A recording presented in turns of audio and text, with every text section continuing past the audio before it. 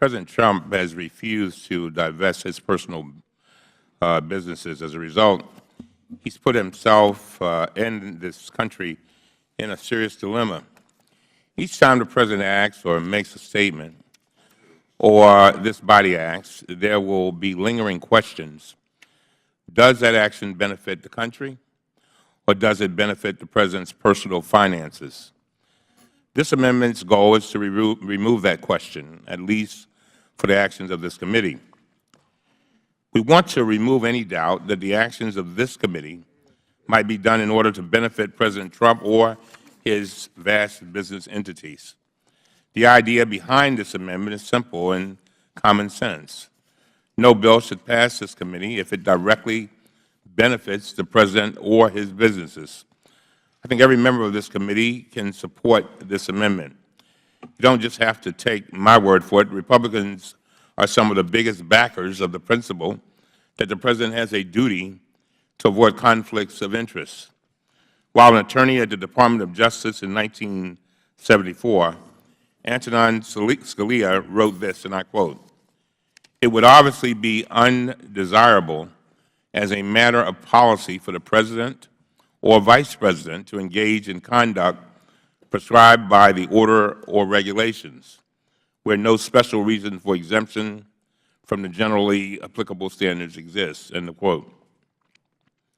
Professor Richard Painter, President George W. Bush's ethics advisor, wrote an op-ed saying this, and I quote, "As long as the President-elect is financially benefiting from his enterprises, every appointment and domestic and foreign policy decision he makes will confront the question of whether he acted to benefit the nation or his own pocket.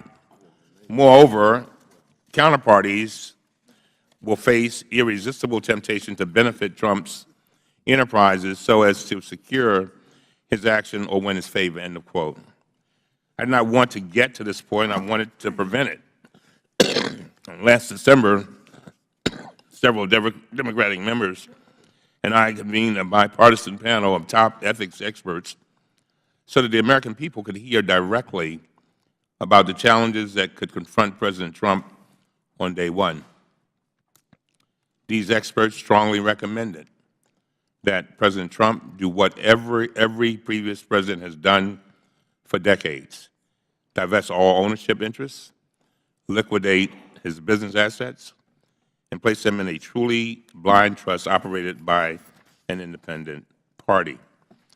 Even the Wall Street Journal editorial board warned, and I quote, "If Mr. Trump doesn't liquidate, he will be accused of a pecuniary motive any time he takes a policy position," end of quote.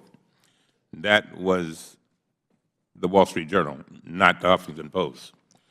Yet, on January 11th, 9 days before he was inaugurated as the 45th President of the United States, President Trump defied these warnings and announced that he would not relinquish ownership. As of Friday, these conflicts moved from theoretical to reality. Now it falls to us in the Congress to do our job and ensure that these conflicts are thoroughly reviewed and addressed. Mr. Chairman, this committee's rules are more than a collection of do's and don'ts for the members of the committee. They are also expressions of our values. Passing this amendment is an important first step in showing that we value the integrity of our own committee. This committee is a statement that, this amendment is a statement that we act on behalf of the citizens of our great country and not on behalf of the financial interests of one man. We may disagree on policy, but we share the common goal of serving the American public, not the financial interests of the President. I hope all our members will agree that it is important enough to be a part of our rules package today, and with that, I urge members to vote in favor of the amendment.